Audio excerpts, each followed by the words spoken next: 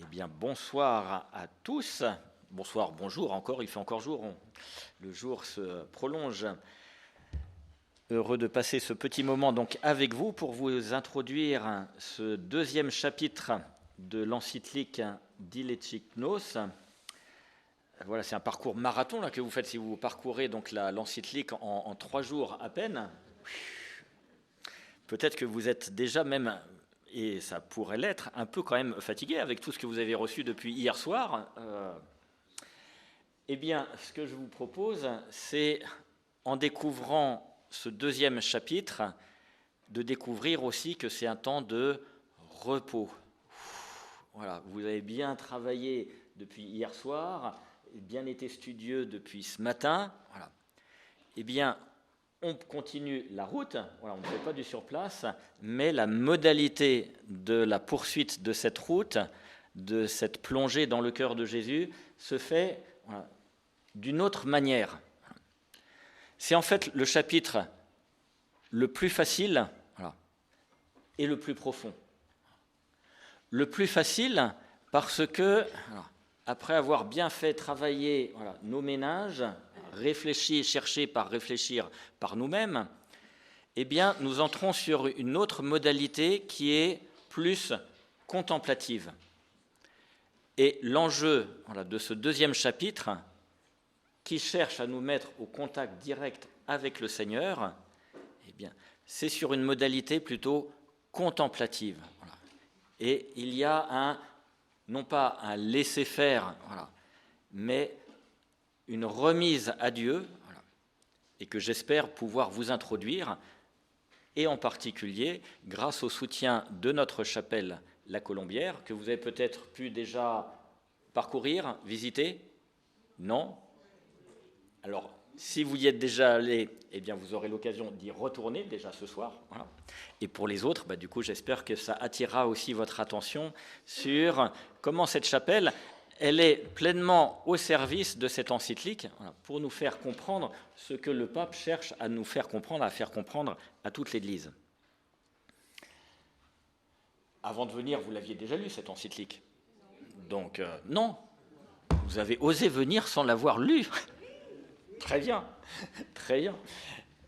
Vous verrez donc un peu plus loin que le pape, évoquant l'histoire de la réception du Sacré-Cœur, fait particulièrement référence à plusieurs traditions, et en particulier à celle de la Compagnie de Jésus à travers Claude La Colombière, l'accompagnateur de Marguerite Marie.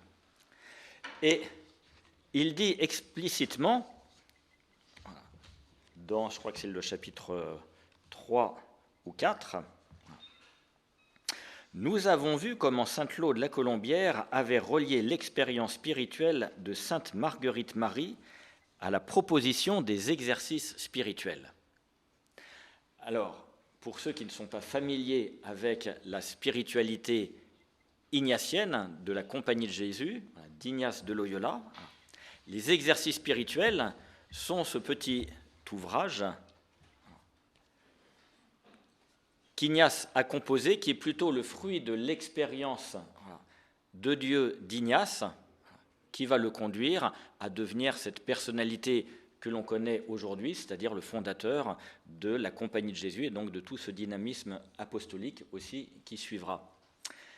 Il écrit dans un recueil qu'il appellera Exercice spirituel, toute une pédagogie pour permettre à d'autres d'entrer dans une expérience directe du Seigneur, à partir, structuré, d'un cheminement à travers, en particulier, les évangiles, la vie de Jésus. Il appellera ça donc les exercices spirituels, un livre que je ne vous recommande pas à acheter, même si vous le trouvez dans les bonnes librairies, voilà, parce que si vous l'achetez, non pas que vous commettez un péché véniel, mais simplement vous verrez que c'est illisible. C'est illisible. Pourquoi ? Parce que c'est écrit déjà dans un langage qui n'est plus le nôtre, le langage du XVIe siècle, et puis surtout, c'est un écrit plutôt destiné à ceux qui vont accompagner les retraitants qui vont chercher à rentrer dans cette expérience personnelle de Dieu. Et donc, il donne des indications pour aider l'accompagnateur, comme on va l'appeler, comme on va les appeler, voilà, l'accompagnateur pour être attentif au cheminement du retraitant et lui permettre de vivre cette rencontre particulière, singulière avec le Seigneur. Et dans ce cheminement, donc qui peut être de durée variable, mais qui est structuré dans les termes d'Ignace en 4 semaines, on pourrait dire 4 thématiques fondamentales. Il nous fait travailler avec toutes nos ressources propres et il va appeler ça des exercices de méditation. J'investis mon intelligence, ma réflexion. C'est ce que vous avez fait en fait là depuis hier soir et surtout depuis ce matin. Vous avez cherché à comprendre, à vous laisser interroger et tout ça, et vous avez, je pense que c'est ça qui a été sollicité. Voilà, votre intelligence. Mais il n'y a pas que cette modalité pour entrer dans un chemin de rencontre avec le Seigneur. Ignace présente une autre modalité, plus simple en apparence, mais surtout plus profonde, qui est celle de la contemplation. La contemplation où je me mets en présence des scènes d'évangile de la vie de Jésus et progressivement, je découvre que cette histoire que je regarde, que je lis, que je contemple, elle n'est pas une histoire extérieure à moi, mais elle vient aussi éclairer ma propre histoire. Je rentre dans l'histoire de l'Évangile, je découvre que l'histoire de l'Évangile vient à ma rencontre. Mais dans un contact, vous voyez, beaucoup plus, on pourrait dire, apaisé ou tranquille, non pas pour s'endormir, et j'espère ne pas vous endormir, mais où il y a, on pourrait se dire, comme un lâcher-prise pour un laisser-faire, mais en profondeur. Un peu comme, vous voyez, avec les beaux jours qui sont venus ces derniers temps, nous avons plaisir à reprendre, à ressortir à l'extérieur, à s'exposer au soleil, et plus vous vous exposez au soleil, quand vous rentrez, ça, vous ne pouvez pas le masquer. Quand vous rentrez chez vous, voilà. Ah ben Léon, tu as passé du temps à l'extérieur, toi. Tu en as bien profité. Voilà. Ton visage est devenu rayonnant, parce que vous vous êtes laissé impressionner, laisser le soleil s'imprimer sur vos corps, de manière toute simple, mais avec une conséquence sensible. Eh bien, ce deuxième chapitre de l'encyclique, elle est sur cette modalité. Le pape François, vous ne l'ignorez pas, ou il serait temps de ne plus l'ignorer, vous savez qu'il a été jésuite. Donc il a été façonné par la tradition ignatienne. C'est un peu sa matrice intérieure, c'est ce qu'il a structuré. Eh bien, voilà qu'il nous introduit sur ce chemin-là, sans faire de nous, et il ne vous oblige pas à devenir, heureusement, des ignatiens. Mais il y a quelque chose de cette pédagogie qu'il adopte dans cette manière de nous conduire sur le chemin du cœur de Jésus. Nous avons vu comment saint Claude de la Colombière avait relié l'expérience spirituelle de Marguerite Marie à la proposition des exercices spirituels. Eh bien, en fait, il nous fait rentrer dans cette expérience. Je crois que c'est donc avec, vous voyez, cette attitude-là qu'il faut aborder ce deuxième chapitre. Et donc, je reviens à notre chapelle, qui a été construite ici donc pour honorer Claude de la Colombière. Eh bien, nous avons découvert, il n'y a pas très très longtemps, on n'avait pas d'héritage dans les archives de la construction de la chapelle d'explications plus précises, mais on a bien compris que cette chapelle est structurée, elle aussi, selon les exercices spirituels, la pédagogie des exercices spirituels. Et nous allons pouvoir découvrir que, pour éclairer ce deuxième chapitre, il y a comme tout un tas d'illustrations qui viennent nous aider à rentrer dans cette contemplation. Alors c'est ce que je vous propose de vous guider ce soir, dans éveiller votre attention dans ce que vous pourrez faire peut-être plus profondément, soit ce soir pendant la veillée ou d'ici votre départ de Paray-le-Monial. Et pour les auditeurs qui écouteront bien, ce que je vous dis par podcast ou par... j'espère que ça suscitera pour vous le désir de venir à Paray-le-Monial pour vous rendre compte précisément et lire en lieu et place ce deuxième chapitre. Ça va ? Alors, reprenons le fil de ce deuxième chapitre. Le cœur du Christ, symbole du centre personnel d'où jaillit son amour pour nous et le noyau vivant de la première annonce. Là se trouve l'origine de notre foi, la source qui donne vie aux convictions chrétiennes.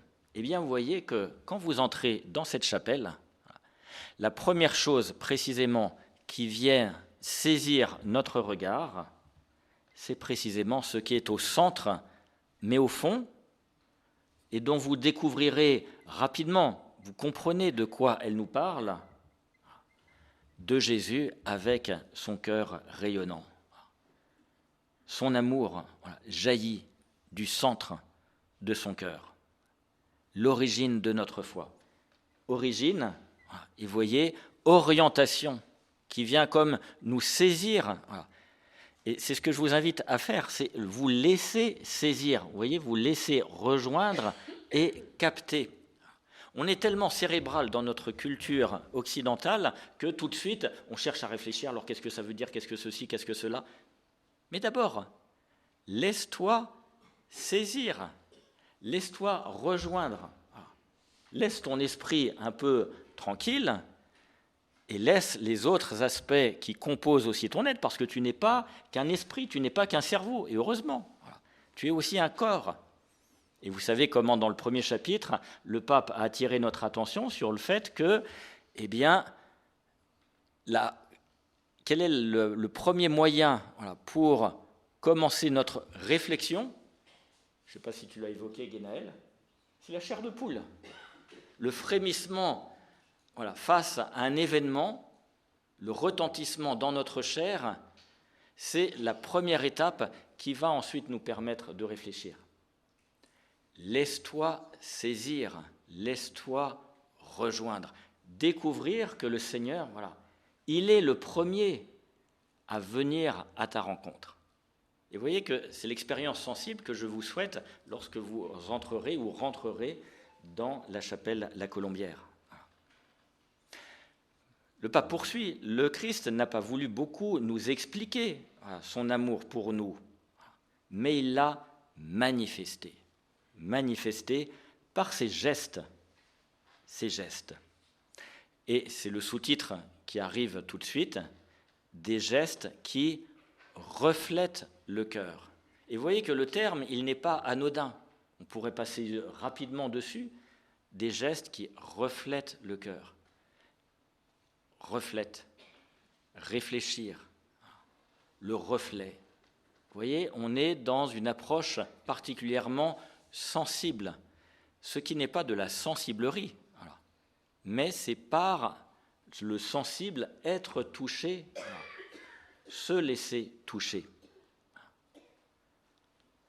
On n'est pas dans un discours théorique, on est dans l'enjeu d'une rencontre, d'une expérience personnelle de rencontre avec le Seigneur.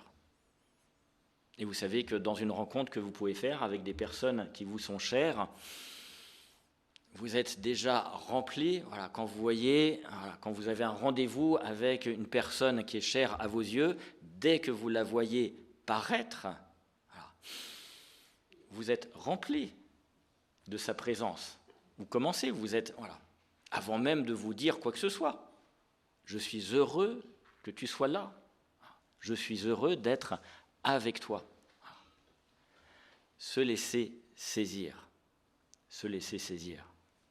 Entrer dans l'expérience d'une présence pour moi. Pour moi. Le Seigneur vient pour moi. Ce que le pape poursuit tout de suite dans le paragraphe suivant. Selon l'Évangile, Jésus est venu chez les siens. et il ne nous traite pas comme des étrangers. Nous sommes les siens. Et voyez du coup cette proximité immédiate qui s'éprouve, qui frémit par nos sens, eh bien, vous pouvez le découvrir tout de suite, dès l'entrée dans notre chapelle, par les vitraux qui vous accueillent, au plus proche. Et notamment un d'entre eux, qui est sur votre gauche, alors ce soir ça va être un peu plus difficile puisqu'il fera un peu nuit, vous pourrez revenir en journée, c'est Jésus qui bénit les petits-enfants. Avec, vous voyez, ce verset qui est retenu, « Laissez venir à moi ». Venir à moi, c'est l'invitation qui vient nous saisir. Et vous voyez, nous sommes touchés, nous sommes rejoints par la lumière, qui réfléchit ce visage, ce geste, cette tendresse. Nous sommes les siens. Il nous considère comme un bien propre sur lequel il veille avec soin, avec affection. Il nous traite comme les siens.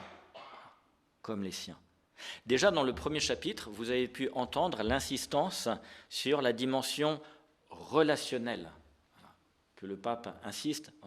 La dévotion au cœur de Jésus est une dimension profondément relationnelle, une dynamique relationnelle. On n'est pas dans quelque chose, la contemplation d'un objet théorique ou serait-ce le cœur.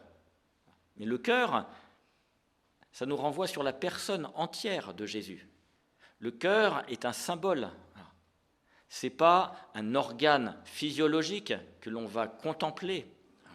C'est un symbole qui passe par le sensible, mais pour nous conduire à la personne totale, profonde de Jésus. Et vous voyez que du coup, on a à redécouvrir, pour nous aussi dans notre culture, encore une fois, hyper cérébrale, ou aussi la dimension symbolique, on a pu la laisser un peu s'éteindre ou un peu tomber en désuétude, ou laisser simplement dans des expressions dites symboliques. Ah, tu sais, je te donne cette pièce, c'est mon euro symbolique pour te dire ma participation. Et vous voyez que dans ces expressions-là, un truc symbolique, c'est plutôt faute de mieux. J'aurais pu faire plus ou j'aimerais faire plus, mais pour l'instant, contente-toi de cela. Voilà. C'est symbolique. Voilà. Non. Symbolique, dans l'enracinement antique et biblique, c'est quelque chose de beaucoup plus profond. C'est un contact sensible avec une réalité effectivement sensible. Au départ, à cette époque-là, dans la période antique, c'était des poteries cassées pour rappeler une alliance qui avait été engagée. Voilà. Le papier était cher, donc on cassait plutôt des poteries. T'en gardes une partie, moi j'en garde une autre, et quand je regarde ma partie à moi, je me souviens qu'il existe une autre partie que je ne vois plus, mais qui me rappelle l'engagement que nous avons pris l'un avec l'autre.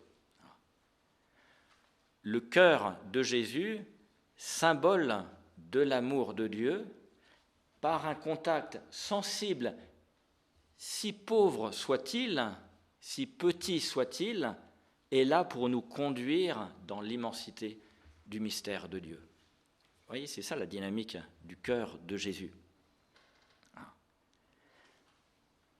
Et une dynamique, vous voyez, donc relationnelle. Ce qui est précisément le cœur de la dynamique de la pédagogie des exercices spirituels qui cherchent à développer, à éveiller et à nous faire entrer dans une dynamique de relation, de rencontre et de dialogue simple, amical, mais direct avec le Seigneur. Lui vers moi, moi vers lui. Il le dit lui-même, poursuit le pape, poursuit l'encyclique, « Je ne vous appelle plus serviteur », il nous propose l'appartenance des amis. L'appartenance des amis. Venez à moi. Vous êtes mes amis.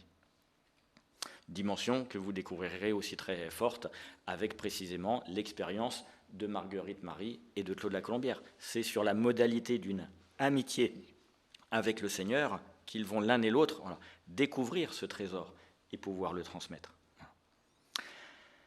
Alors nous sommes obligés d'avancer. Cela est manifeste lorsque nous le voyons à l'œuvre.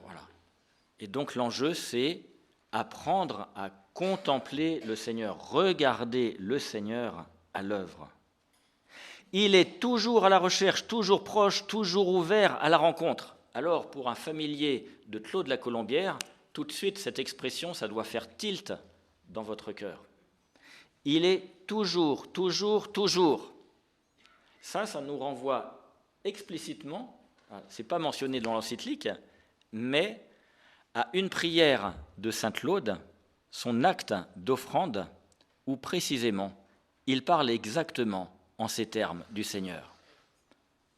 Son cœur est encore et autant qu'il le peut être dans les mêmes sentiments pour aujourd'hui, et surtout toujours brûlant d'amour pour les hommes, toujours ouvert pour répandre sur eux toutes ces grâces et bénédictions, toujours touché de nos maux, toujours disposé à nous recevoir et à nous servir d'asile.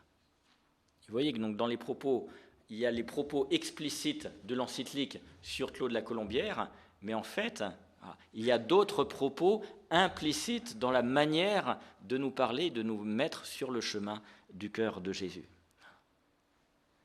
Toujours à la recherche, toujours proche, toujours ouvert à la rencontre, et bien précisément, le pape va prendre appui sur la rencontre de Jésus avec la Samaritaine. Surprise, nous la découvrons dans notre chapelle. Sur un des petits, non pas chapiteaux, ce que l'on appelle des corbeaux, c'est-à-dire ce qui est accroché sur les murs où se trouvent les vitraux. Vous découvrirez précisément cette scène de la rencontre de Jésus avec la Samaritaine. Un Jésus simplement assis sur la margelle du puits, dialoguant avec... Voilà. Et l'on regarde et l'on peut découvrir et on peut se laisser toucher par les gestes, les attitudes de cette femme en réflexion sur ce que Jésus lui dit. Il pointe avec la main droite le chiffre 5 et elle réfléchit et elle va en tirer, elle va se laisser rejoindre et remettre en mouvement, réintégrer dans la société humaine de son temps où elle avait été marginalisée pour toutes sortes de raisons.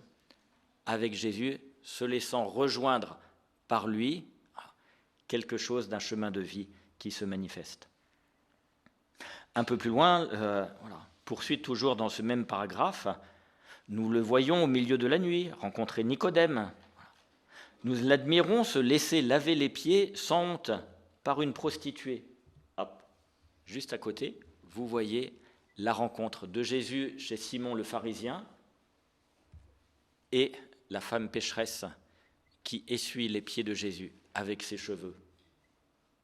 Et vous voyez dans les visages la manière de vivre cette scène. Il y en a un qui est complètement fermé, obtus, c'est Simon le pharisien, il fait la gueule.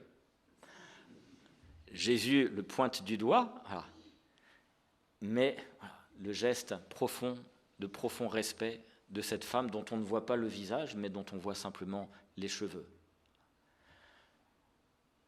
La Samaritaine, la pécheresse, cette pécheresse pardonnée, ça nous parle de la miséricorde du Seigneur.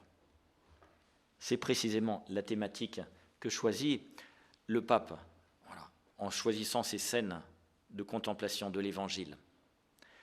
Cette miséricorde, cette attitude miséricordieuse qui est cette venue, vous savez, la miséricorde, parfois on a eu tendance à la réduire comme simplement, temps de miséricorde, soirée miséricorde, ça veut dire soirée réconciliation. Sauf que miséricorde, c'est plus large que la réconciliation. La réconciliation, c'est l'aboutissement, mais la miséricorde, elle commence bien avant. C'est la mise en mouvement de Dieu lui-même pour venir nous rechercher, nous rejoindre. Ce que le cardinal, vous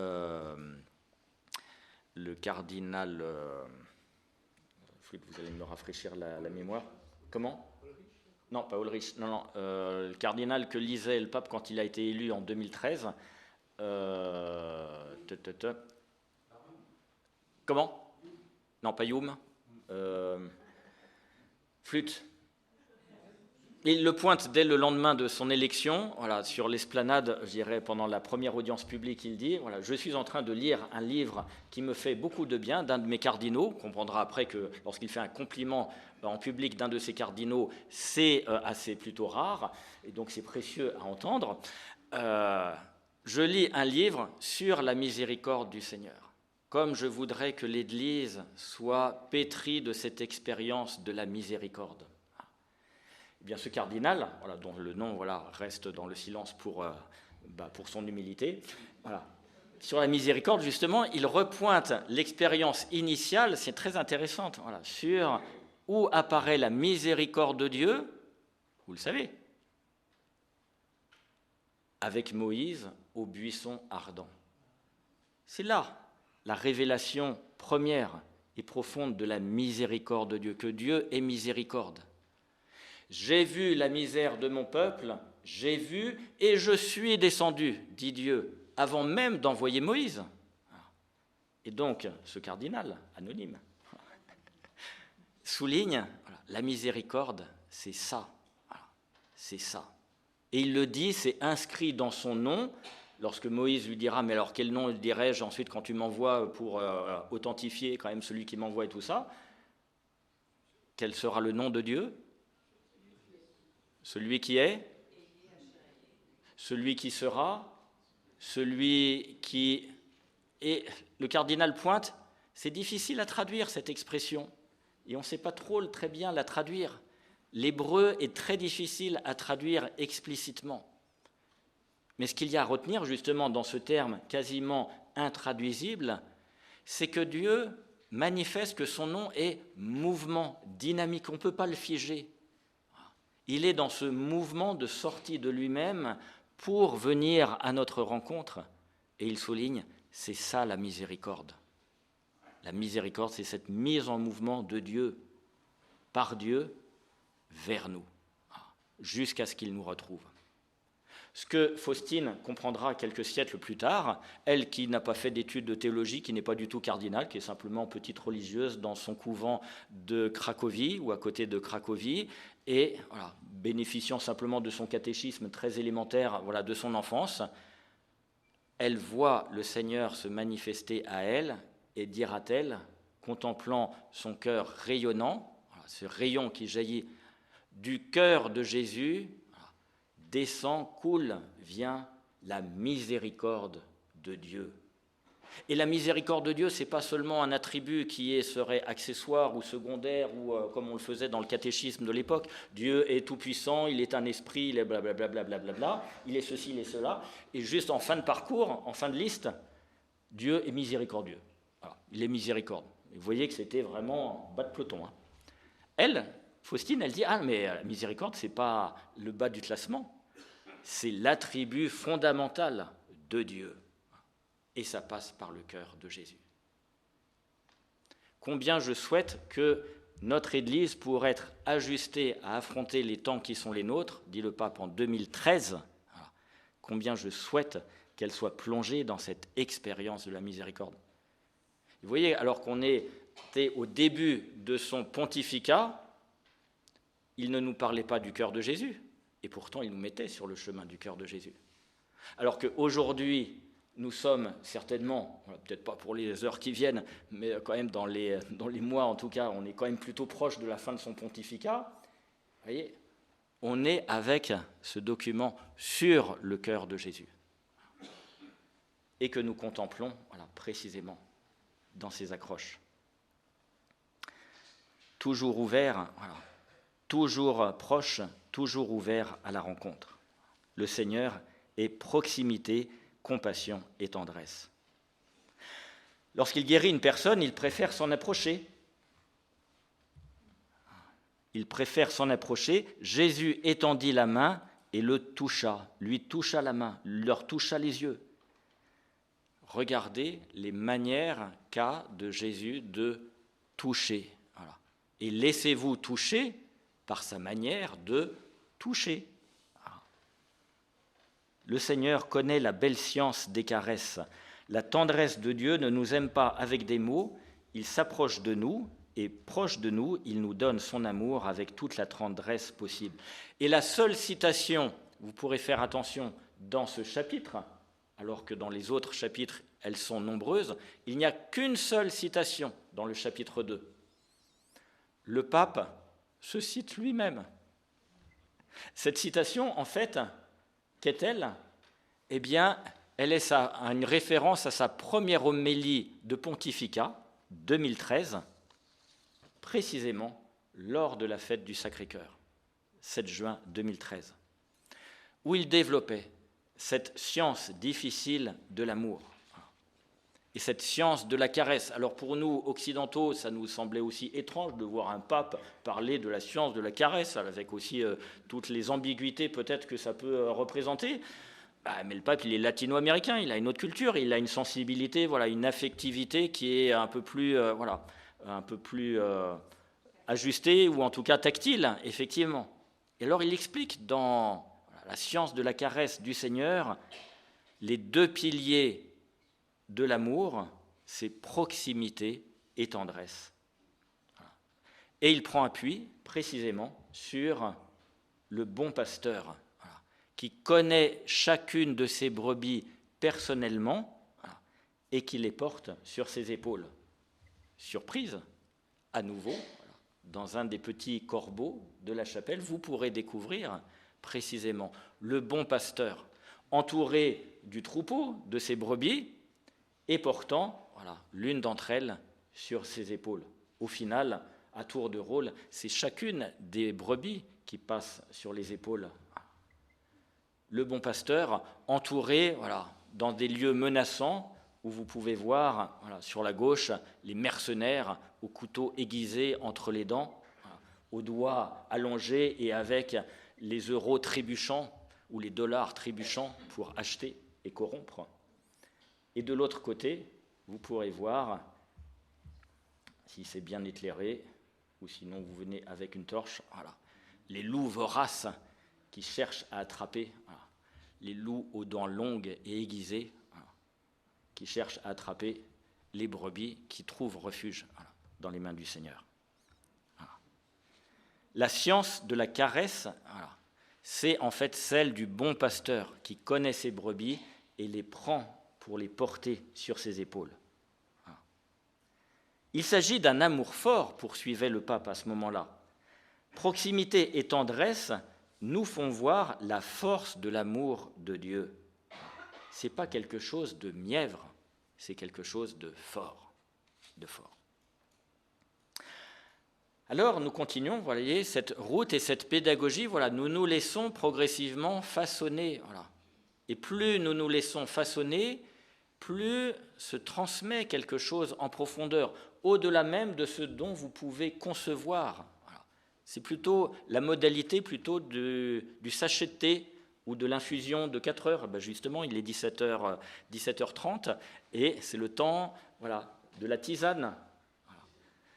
Et je laisse tremper mon petit carré de tisane, et plus je le laisse tremper, plus il infuse, il diffuse. Quand vous êtes avec des amis, des personnes qui vous sont chères, vous aimez leur présence, vous aimez passer du temps ensemble. Avez-vous remarqué qu'au bout d'un certain temps, plus vous passez du temps ensemble, plus il y a une sorte d'infusion réciproque. Tiens, il y a des goûts, des saveurs, des couleurs que mon ami aime, et je découvre qu'il m'en a ouvert l'attention, mais non seulement ouvert l'attention, quelque temps plus tard, je me surprends à aimer, tiens, telle musique, tel aspect, telle vue, tel... Vous n'avez pas fait cette expérience-là ? Et vous voyez que ça passe de manière délicate, discrète, mais réelle. Quelque chose infuse. Plus nous rentrons dans cette contemplation du Seigneur et nous nous laissons faire, plus des choses de la manière de faire et la manière d'être de Jésus diffusent, infusent dans notre être. Vous voyez ? Alors le pape poursuit, alors qu'il nous est difficile de faire confiance, parce que il y a l'épreuve de la vie, nous entendons cette parole du Seigneur qui continue à nous rejoindre, et nous dit « Confiance, lève-toi ». Et à nouveau, vous avez ce vitrail de la guérison du fils de la veuve de Naïm. « Confiance, lève-toi ».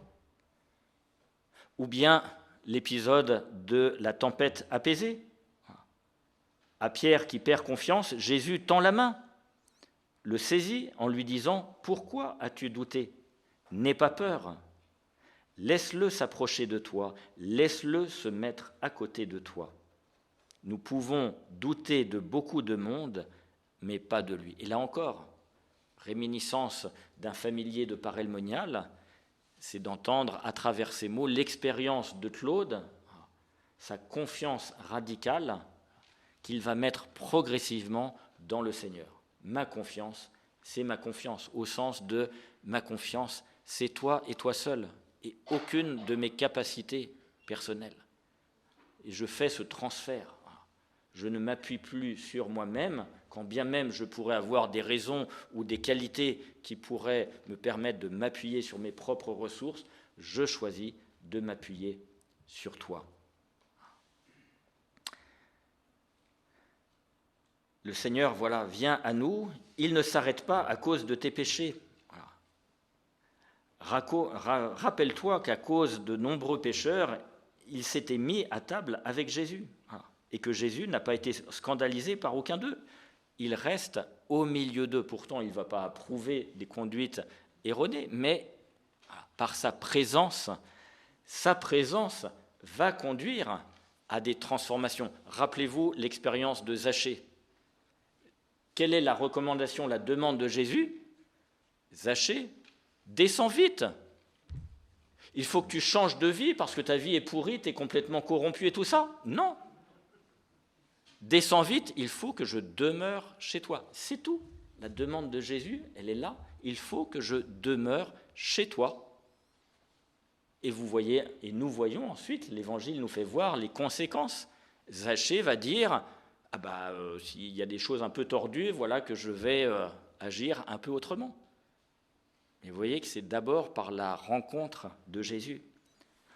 Cette rencontre, vous voyez qu'il n'est pas avec Zachée, mais avec Matthieu aussi, sur un de nos chapiteaux, qui précisément vous accueille quand vous entrez dans la chapelle. C'est le premier chapiteau que vous pouvez voir avec précision. L'interpellation de Jésus. « Hé, mon petit bonhomme, lève-toi, viens et suis-moi. » Matthieu qui se lève de sa table.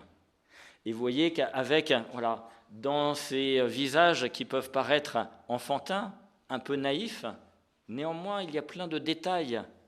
Pour celui qui accepte de regarder, de prendre le temps de regarder, il pourra se laisser interpeller par la présence de deux clés. Deux clés. Pourquoi deux clés ? Vous voyez ? Deux clés. Une petite clé dans le tiroir caisse, là où Matthieu mettait le Grisby, qu'il ne fallait pas toucher. C'est mon Grisby. Et une grosse clé qui pendouille sans servir à rien. Et vous voyez que sur ce chemin-là, si nous nous laissons toucher, impressionnés par ce que nous voyons, eh bien vous voyez qu'il y a cette question profonde aussi de Jésus qui vient nous rejoindre. Où est le trésor de ton cœur ? Où est ton cœur ? Où est ton véritable trésor ? Dans ton tiroir caisse ? Ou bien sais-tu que tu as un autre trésor plus précieux ? Ah, où ça, Seigneur ? Mais dans ton cœur. Elle n'est pas loin, cette parole que je te donne aujourd'hui pour que tu la cherches et que tu la mettes en application. Elle est où ? Tout près de toi, sur ta bouche, dans ton cœur. Reprends le chemin de ton cœur. Vous voyez, on est bien dans la conséquence du premier chapitre, mais avec une expérience à la fois simple, mais extrêmement profonde. Ce même Jésus attend aujourd'hui que tu lui donnes la possibilité d'éclairer ton existence. Il vient éclairer ton existence. Vous verrez que je vis et vous vivrez. Voilà. Il trouve toujours un moyen de se manifester dans ta vie pour que tu puisses le rencontrer. Jusque même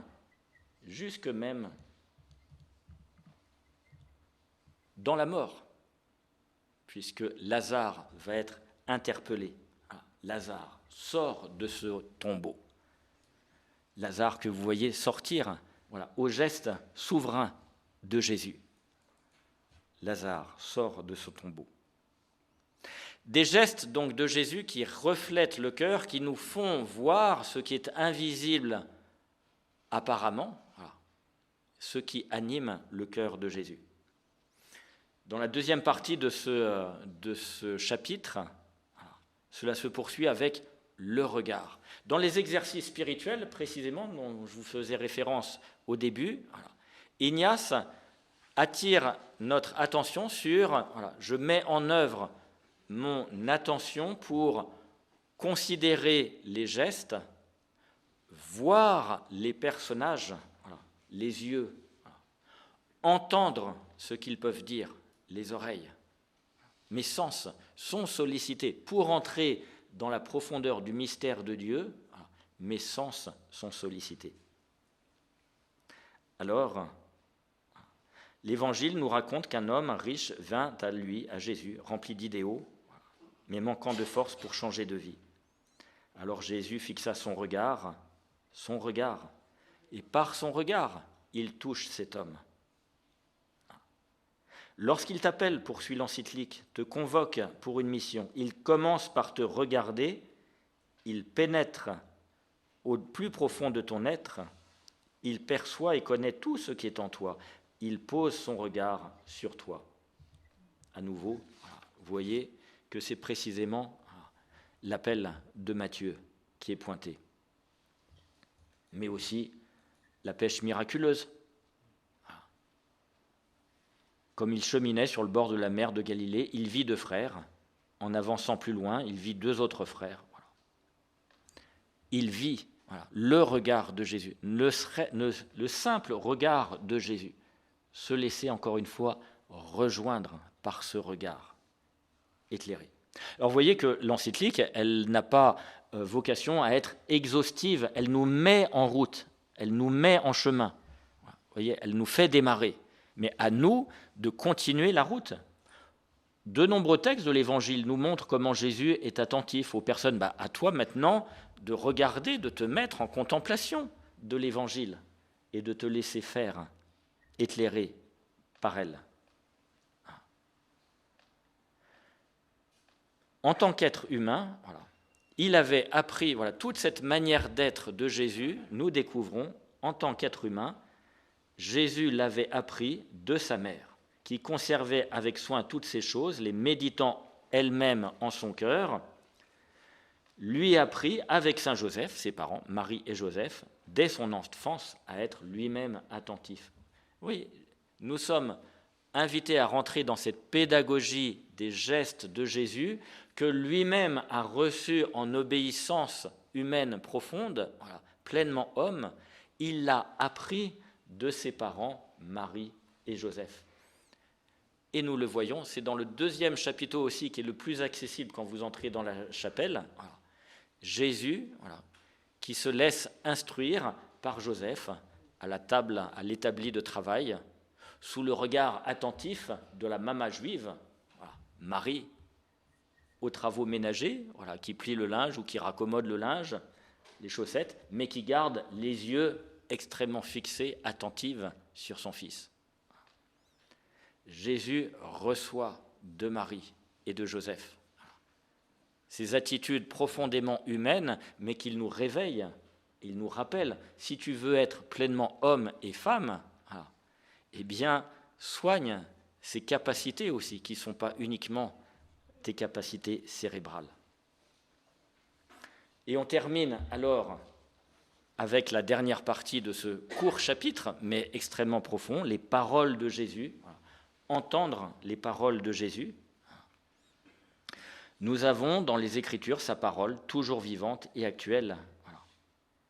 Mais Jésus nous parle intérieurement, il nous appelle pour nous conduire au meilleur endroit. Ce lieu, le meilleur, c'est son cœur.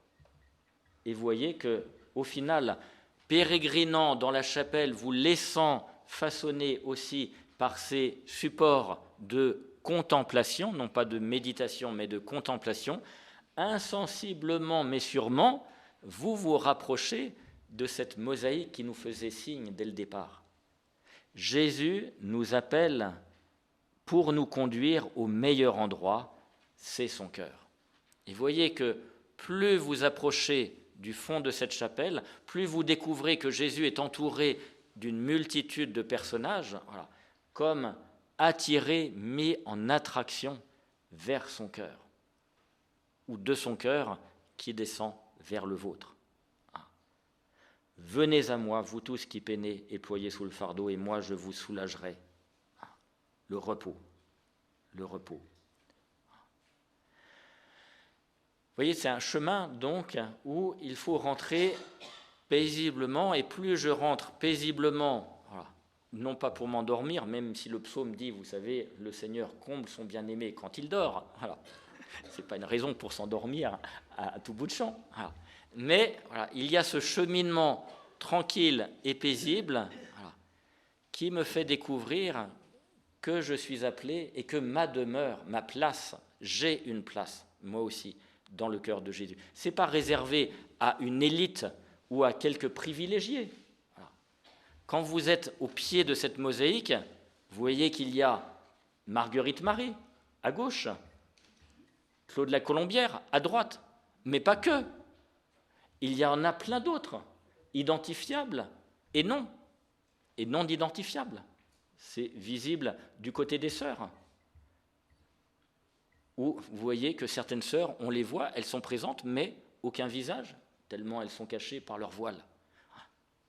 Chacun a une place, et vous pouvez le ressentir physiquement. J'ai une place. Voilà.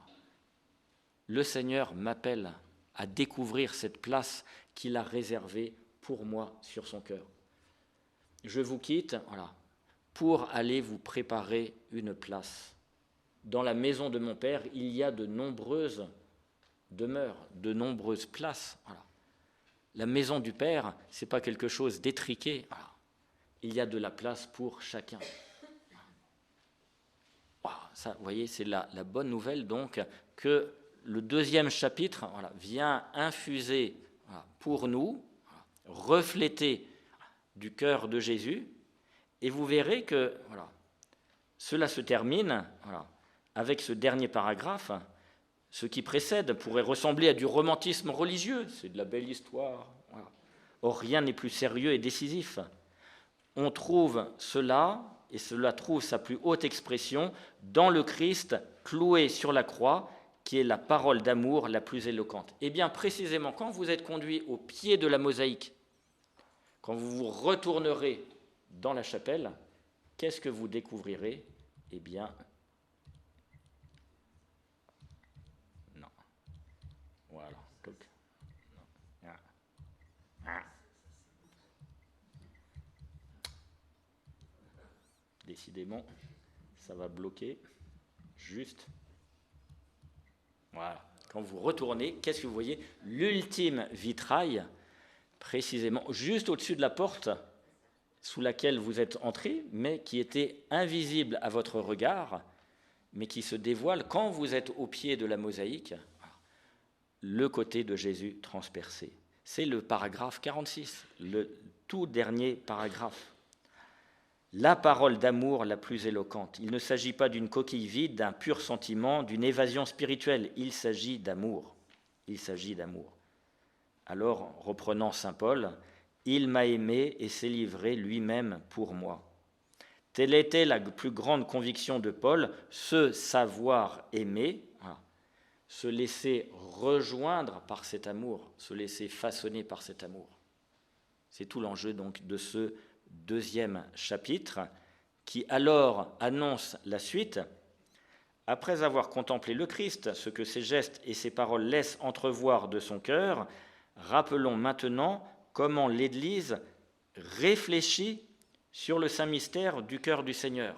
Alors vous dites tout de suite, ah, ça y est, maintenant la pause est terminée, on va recommencer à travailler du cerveau. Voilà, comment on réfléchit. Non, je pense que réfléchir, c'est clair avec le premier mot du deuxième chapitre, des gestes qui reflète le cœur, on est dans un réfléchissement, c'est-à-dire que maintenant, on va contempler comment cela s'imprime dans l'histoire de l'Église, dans l'histoire de la tradition spirituelle. Vous voyez, on est quand même dans cette modalité de la réflexion, voilà, ce reflet qui se transmet au final de cœur en cœur, de génération en génération, jusqu'à éclairer nos générations.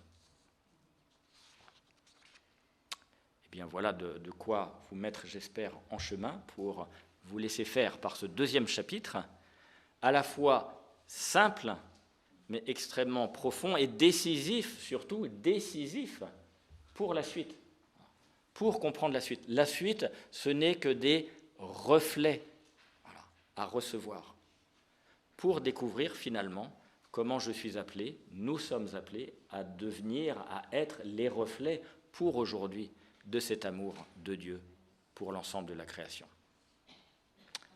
Amen.